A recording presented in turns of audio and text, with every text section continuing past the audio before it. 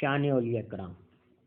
اللہ تعالیٰ قرآن مجید فرقان حمید میں فرماتا ہے، خبردار بے شک جو اللہ تعالیٰ کے ولی ہیں ان پر نہ کوئی خوف ہے اور نہ کوئی غم۔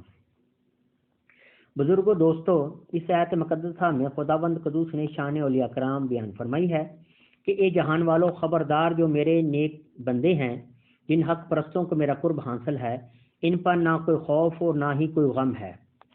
وہ ذہنی غلامی سے آزاد ہیں، فائدے کی امید اور نقصان کا خوف ان کو محکوم اور غلام نہیں بنا سکتا۔ انہوں نے ایک ایسے قانون حیات کی بنیاد ڈالی جس کی روز سے انسان کا انسان سے محبت نہ کرنا ایک جرم ہے۔ ان کا قانون حیات کے تمام باب اور ہر باب کی تمام دفعات کا مقصد اور منشا ایک ایسے سماج کی تشکیل ہے کہ جس میں روحانی خصوصیات و خوبیوں کو ممتاز و نمایاں درجہ حاصل ہو، اور یہاں محبت، انسانیت، خدمت، ہمدردی، اخوت، مسافت اور تعلیم و رضا کی بالادستی کار فرما نظر آتی ہے۔ ولی کی جمع اولیاء ہے اور اس کا معنی قرب و نزدیکی ہے، محبت کرنے والا، دوست، فرما بردار، مددگار، نگہبان کے بھی آتے ہیں۔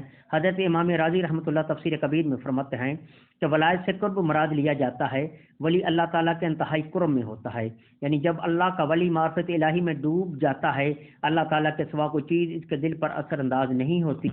حضرت جنید بغدادی فرماتے ہیں کہ ایک رات میں نے خواب میں دیکھا کہ حق تعالیٰ کے سامنے کھڑا ہوں، حق تعالیٰ کے سامنے کھڑا ہوں تو حق تعالیٰ نے فرمایا کہ بات کیوں کرتے ہو؟ میں نے عرض کیا کہ جو کچھ ہوں وہ فرمان مصطفیٰ ہے صلی اللہ علیہ وآلہ وسلم۔ فرمایا کہ سچ کہتے ہو۔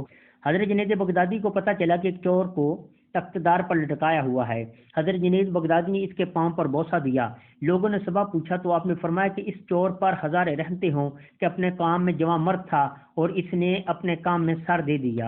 اور ایک جگہ آپ نے یوں فرمایا کہ یہ راہ وہ شخص اختیار کرے جو اللہ تعالیٰ کی کتاب دائیں ہاتھ میں اور سنت رسول اللہ صلی اللہ علیہ وآلہ وسلم بائیں ہاتھ میں لے کر دو چراغوں کی روشنی میں چلے تاکہ گمراہ نہ ہو۔ آپ کو محی الدین اس لیے کہتے ہیں کہ اس دن سفر بغداد سے واپس آ رہے تھے کہ ایک بیمار آدمی پڑا ہے جس کا جسم ننگا تھا، رنگ زردہ اور جسم نہایت کمزور تھا۔ اس نے کہا، اے عبد القادر، میرے نزدیک آؤ۔ آپ اس کے قریب تشریف لے گئے۔ اس نے کہا، مجھے اٹھاؤ۔ جب میں نے اسے اٹھایا تو اس کا جسم تر و تازہ ہو گیا اور اپنی اصلی صورت پر واپس آ گیا۔ اس نے کہا کہ میں دین اسلام ہوں، میری حالت یہ ہو گئی تھی لیکن اللہ تعالیٰ نے مجھے تمہاری بدولت دوبارہ زندہ فرمایا ہے۔ تو اس دین کو زندہ کرنے والا ہے اور اسی دن سے آپ یہاں تشریف لے جاتے، لوگ آپ کو محی الدین کے نام سے پکارتے تھے۔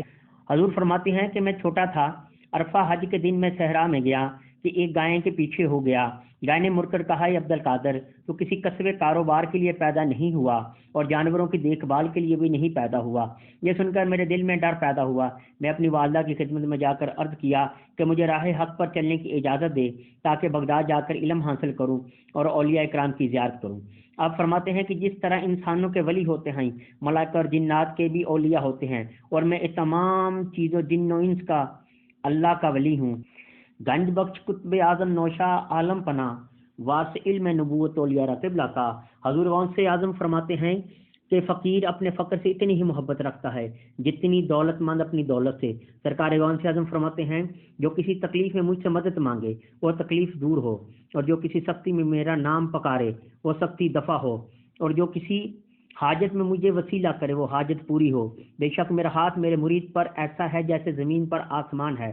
اور فرماتے ہیں، اگر میرا مرید عمدہ نہیں تو کیا ہوا، میں تو اچھا ہوں۔ ایک اور جگہ سرکار فرماتے ہیں کہ میرا مرید مشرق میں ہو یا مغرب میں یا گہرے دریا کے تلے بھی دبا ہو، مجھے مدد کے لیے پکارے تو اس کی دستگیری کرتا ہوں۔ مجھے اپنے پالنے والے کی عزت و جلال کی قسم، میں اس وقت تک اپنے رب کی بارگاہ سے نہ ہٹوں گا جب تک اپنے ایک ایک مرید کو داخل جنت نہ کرا لوں۔ ولی کامل بھی قبلے کی طرح ہوتا ہے، اگر دور سے بھی اس کی طرف رخ کر لیا جائے تو فیض حاصل ہو جاتا ہے۔ مرشد کی تلاش اس لیے ضروری ہے کہ اس کی تربیت میں رہ کے انسان ایسی روح حاصل کرے جو اللہ تعالیٰ کے بارگاہ میں حاضری کے قابل ہو، جو اس کا دل زندہ کر دے اور مرید اپنے رب کی معرفت حاصل کرنے میں کامیاب ہو جائے۔ شان اولیاء کرام۔